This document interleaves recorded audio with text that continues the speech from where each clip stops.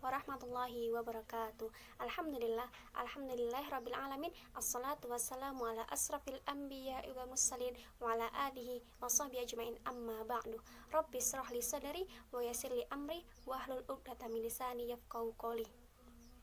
Sebelumnya, perkenalkan, nama saya Miftahul Jannah, NIM 1910202029. Di sini saya akan mencoba menjelaskan tentang faktor-faktor pendidikan untuk memenuhi mata kuliah saya, yaitu ilmu pendidikan Islam. Faktor-faktor pendidikan. Pendidikan Islam sebagai agen perubahan dan peradaban sosial yang dituntut mampu memainkan perannya secara dinamis dan proaktif. Keberadaannya diharapkan mampu memberikan kontribusi dan perubahan positif yang berarti bagi perbaikan dan kemajuan peradaban umat Islam.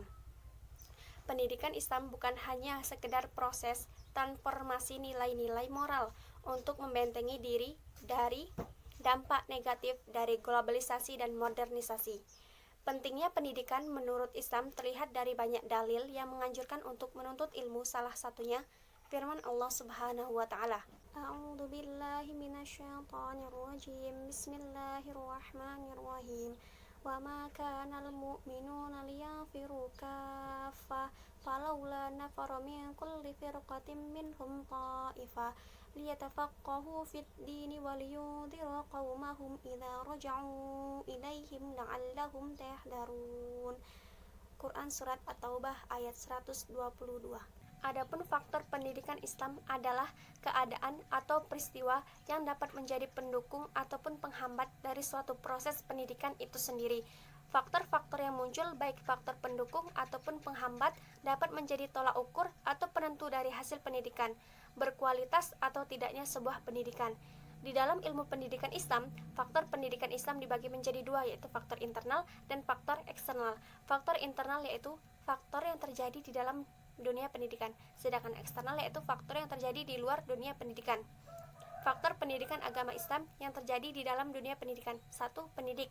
Dalam perspektif Islam, pendidik adalah bapak rohani bagi peserta didik yang memberikan ilmu, pembinaan, akhlak mulia, dan memperbaiki akhlak yang kurang baik.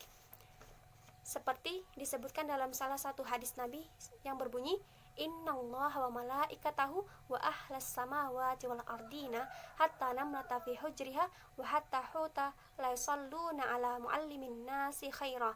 Rawahu Tirmidzi. Yang artinya, sesungguhnya Allah yang Maha Suci, malaikatnya, penghuni-penghuni langit dan buminya, termasuk dalam lubangnya dan ikan dalam laut, akan mendoakan keselamatan bagi orang-orang yang mengajar manusia pada kebaikan. Dari hadis di atas menjelaskan betapa pentingnya menjadi seorang pendidik, karena pendidik mempunyai tanggung jawab dalam menentukan arah pendidikannya. 2. Peserta didik. Di dalam Islam, menjadi seorang penuntut ilmu merupakan sebuah kewajiban bagi seorang muslim, sebagaimana sabda Nabi SAW. Thalabul ilmi faridatun ala kulli muslimin. Menuntut ilmu itu wajib bagi setiap orang muslim. Hadis riwayat Ibnu Majah. Jadi, peserta didik merupakan orang yang sedang mencari ilmu dan menginginkan pendidikan, baik itu anak-anak maupun orang dewasa.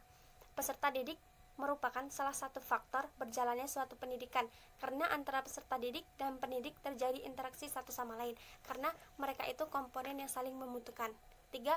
Kurikulum merupakan program dan rencana yang sudah direncanakan dalam pendidikan sebagai jalan agar bagi pendidik dengan peserta didik untuk mengembangkan pengetahuan dan mencapai tujuan pendidikan itu.